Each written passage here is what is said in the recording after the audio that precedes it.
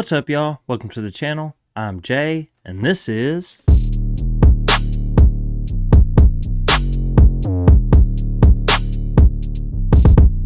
Russell's React.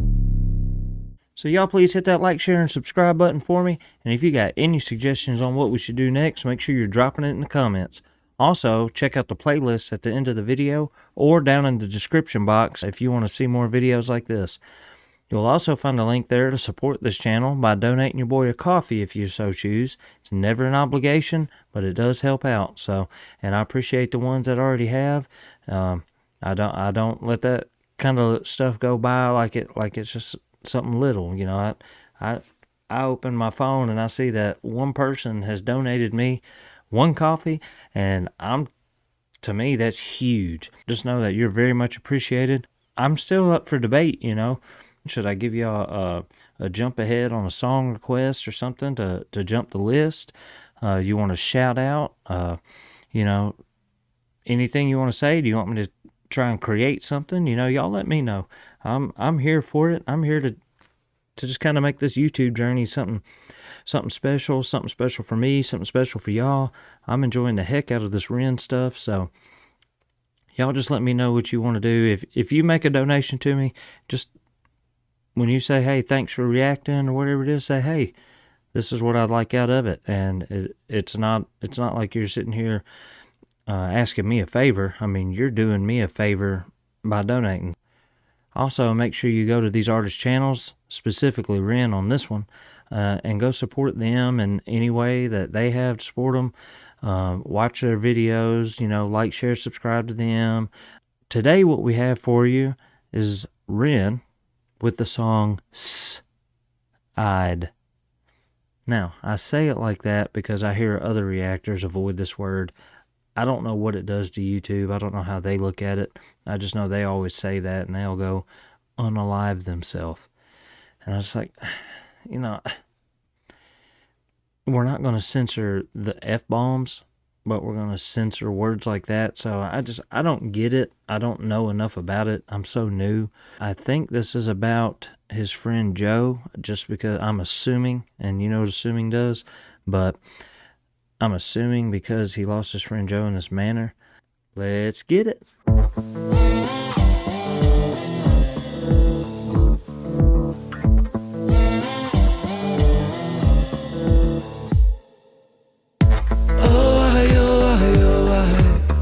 Through the cracks of the night sky, a light goes out on the other side. Suicide, suicide, suicide. Oh, treading on the tracks in the night time. It never really felt like the right time. Suicide, suicide, suicide. I'm so fucking lonely beneath this. Narcissistic, can't keep a secret. Miscount sheep, but can't sleep, a misfit. Some say trouble, but some say sadistic. Bruises my brother, one time or the other. My skin felt counterfeit, silicone rubber. Bruises my sister, skin pop the blister. Dig deep, resist the feeling when it hits you. So I'm looking at the lyrics here, because you know I got to do that with Ren when it's his deeper songs, I feel like. So lonely, can't keep a secret, miscount sheep, can't sleep. He's a misfit, troubled, sadistic, bruises. My skin felt counterfeit. Judging by this video, you know, just kind of putting the video into it too here, it's almost like if, you know, you see yourself as somebody who should be somebody else, you know. I wonder if that kind of, you know, gives some people that kind of feeling. I may be looking way too much into this just based on the title. And based on the title, I'm already coming into this with a very, like, I don't know if a negative point of view is the correct way to think of that, but doing this is a negative experience. There's absolutely no positive to this. So it's not like I can come in here banging my head to it and going, yeah, and then all of a sudden it's like, oh, you know, no, I'm immediately, just from picking the song to do today, I already know that it's not going to be just like a good vibe. There's no good vibe, and then all of a sudden it's like, you know, oh, the point hits you. I mean, the point's in the title. It's one word. When I'm reacting to this, I'm trying to I guess what I'm trying to do is see where his point of view is of it, maybe. My point of view on it is it's tough. I hate the fact that a human being can come to the point to where that they want to do this to themselves because they don't feel like themselves, and that's kind of where I feel like he's going in this first verse. And I don't know what you can do to stop somebody. And like Ren has tried before, you can be a good friend to somebody all the way up to the point of, and then you just don't know, and then they just decide to do it. So I don't know. This one kind of, it's tearing me up just a little bit because I want to give a good reaction, but I don't know how to think about the song already with the whole front load of it is in the title with one word, that there's no surprises or nothing. It's just, it already comes with that stigma or that negative connotation to it. And I guess let's just go on to the second verse and see what happens. It's the feeling when it hits you. Oh, falling through the cracks of the night sky. A light goes out on the other side. Suicide, suicide, suicide. Oh, treading on the tracks in the night time. It never really felt like the right time. Suicide, suicide, suicide. Sick boy, bitten by a tick boy. It's not me, it's the world that's sick. That's out of a different video that we've done already. Sick boy. Sick boy, sick boy. The song is called Sick Boy. That's what that's out of. Let's see where this goes. I don't have anything to say about that. I'm so fucking washed up and seasick. Masochistic kid with a split lip. 6 feet deep, I can't eat, I'm nervous. Won't stay down cause my body purges. Useless my mother, can't keep in my supper. Skin so pale cause my cheeks leak colour. Truth is my father, you choose your karma. Draw for the sword, then drive through the armour. Falling through the cracks of the night sky. I feel like in that verse right there, he's kind of talking about how he feels about himself and the things that he's went through. Surely, I know he said before that his friend did this to himself, and he had them thoughts too, up until this point. And then when his friend did it, he said he no longer thought about it. Like, it kind of took that thought away from him. So this sounds like it's either a time before when he was contemplating this himself, or maybe these thoughts still just always linger. I don't know. I guess when you struggle with things so deeply like that, do the thoughts ever truly go away, or do you just try to suppress them? I hope our boy here has not just suppressed these thoughts and they still linger. I hope he understands. I hope he understands his value to people, like y'all understand, like I'm beginning to understand, as his value to people is immense. And I hope that also in turn doesn't put some type of pressure on him. Just for anybody else out there, always know you're loved and you're wanted. It may not always feel like that, and you may have plenty of examples that tell you that you're right in your way of thinking, because that's the negativity of the world. There's plenty of negative people that sit here and down you and put you down and just try and beat you down and not care how you think or how you feel or whatever, that make you feel worthless. You're wanted on this earth. Nobody needs to do this to themselves. Nobody. Light goes out on the other side. Suicide, suicide, suicide. Oh, treading on the tracks in the night time.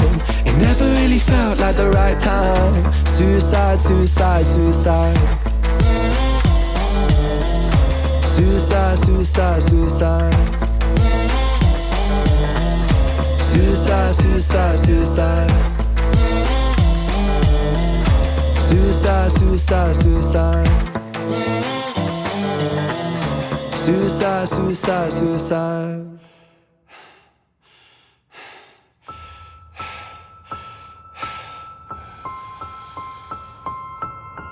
hard to take off from the ground when your wings are cut. Your stomach burns when you're drinking from an empty cup. You know the entire ocean came from my tear ducts. I see the world through Fibonacci sequences and double Dutch. I guess there's some that's born lucky, there's some that's not. I tried to cut away my bitterness, hatchet job. I locked my youth inside a trunk, inside a pickup truck, then dumped the whole thing over that same bridge the night you jumped. I think about that sometimes, vividly. What it felt like to look down and see tranquility. One sudden movement in a world of possibility. Only one movement to expose our fragility.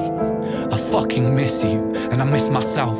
I miss thinking we were indestructible as well. I miss chilling by the pier cave and kicking back with Callum, Hugo, Sega, Justin, Stevie and the fucking lads. I miss missing that. I numb myself to close the gap. I never even call them up. The distance is my plaster cast. The truth is that the day you jumped, my childhood jumped too. But I still can't find that anger. All I find is missing you, man, I miss you. With all my rhymes, I picture running 5 minutes quicker, I'm right on time. I picture pulling you back over the edge and then we're crying, and holding you, my brother, and telling you that it's fine. Not the way that it worked, cause I was late like a jerk. There's not a day where I could find a way to break from the... Bro, you weren't a jerk, dude. I'm gonna stop that right there, dude. You weren't a jerk.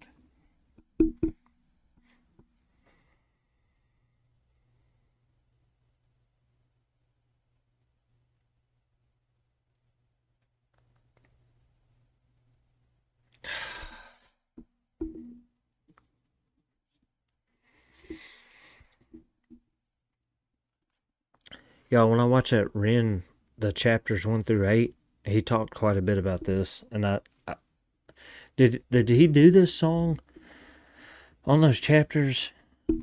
I'd have to go back and watch. I feel like he did, because some parts of this sound familiar, and then it's like some parts don't. So I'm thinking maybe that's where I heard some of the song.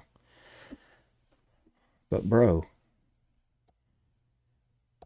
so this is about Joe, but I still wonder if it, it gives you a more general view, or maybe even if he's just saying, he's had these thoughts too, kind of the first half of the song here, and then obviously this part goes straight into talking about his friend Joe. I'm just running back through these lyrics right here. I have them over here on my phone too, but they're right here, and a lot of this I can understand. You look over the bridge, you don't see him. See the tranquility in the water. He talked about that, I think, in his chapters. You numb yourself, your childhood went to. I mean, how can it not? When you witness something like that, how can you not just let your childhood go? Because I mean, you're witnessing grown man stuff, and when I say grown man stuff, I mean it's like reality, like that a person can do this, and somebody close to you, and that's got to be tough. So understand missing him, regrets, like things you could do. Bro, you're not a jerk. Your body missing, so we never got to wave to the hers.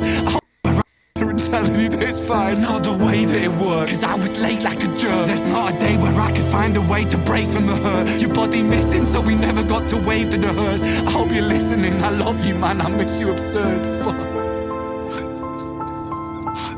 Another thing, how freaking tough would that be to not ever even... Finding a body would be tough. Insane. But imagine never finding it.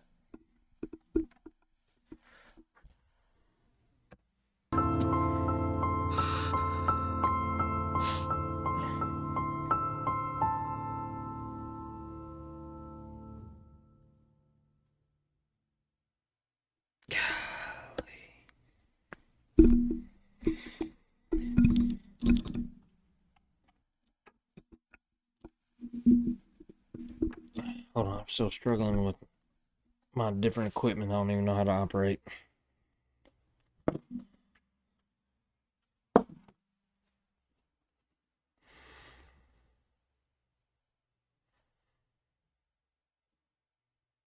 I don't even know, y'all.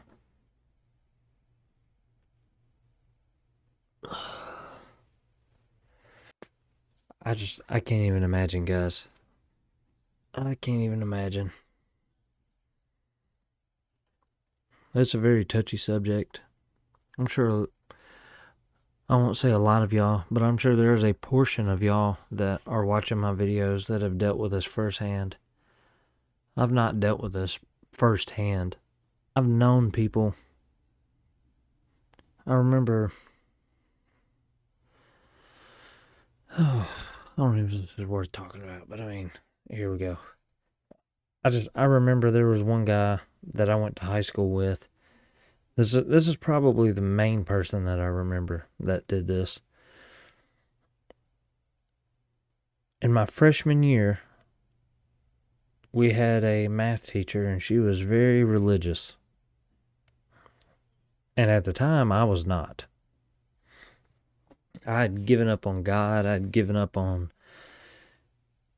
anything, on being good. I mean, I try to be a good person, but I mean, like, as far as trying to live by any set of morals or anything, I just didn't care. Like, it wasn't my goal to be a good person. I was just going to be me.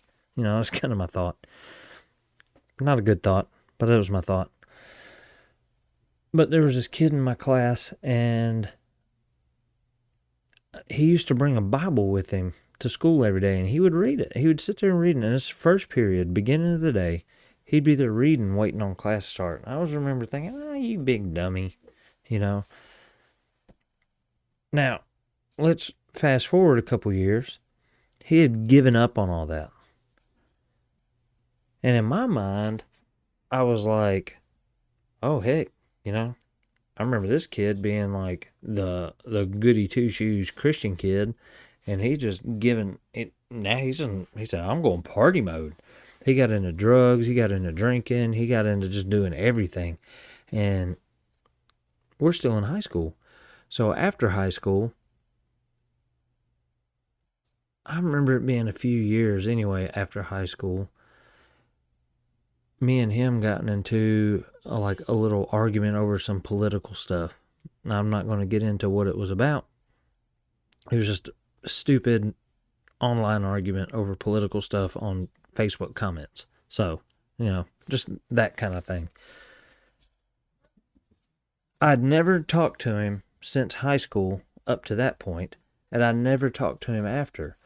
But it wasn't like a year, maybe a year after that or something along those lines, I'd see that he had done this to himself. And I'm just like, I remember sitting back and going, why? Now, I still don't have an answer to that to this day. But since then, I've gotten back to God, gotten back to understanding that people should be good to each other no matter what, you know, just all these kind of things that as a kid I had abandoned. I'd been raised on my whole life and then abandoned. Went into my adulthood with the same kind of mentality. I was like, well, I can be a decent human, you know. Was I decent? I was probably just selfish. I was living my life. I didn't care about anybody else. Now I don't necessarily think that way anymore. You know, I've changed my whole way of thinking about what life means and stuff, and we don't have to get into all that. I'm probably already dragging this out too far, but when he did that to himself, and I've never forgot it, and I don't even know him that well. All I remember him as the kid that used to be 100% God, for God, would no, it didn't matter what you said to him, because I've seen people pick on him and stuff and everything. I never really picked on him. I just kind of thought he was goofy, but people would pick on him for it and stuff, and, you know, I didn't care at the time. But for some reason that sticks with me.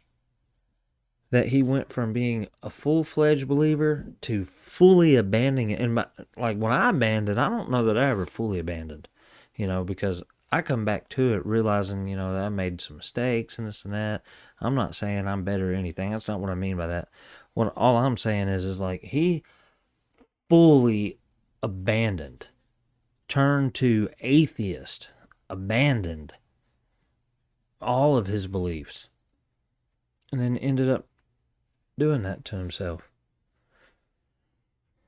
So I don't know, guys. This is such a tough subject. I don't know how you could, what, because you can't talk to a person. You can talk to a person that is, say, addicted to drugs or drinking or various things, or living a sinful lifestyle. You can talk to people like that. Once somebody does this, you can't talk to them no more. I think that's what makes this subject so touchy and so painful. Like Ren here, all he can do is keep telling us about it. And we keep listening, and we're supportive. But he doesn't get his friend back.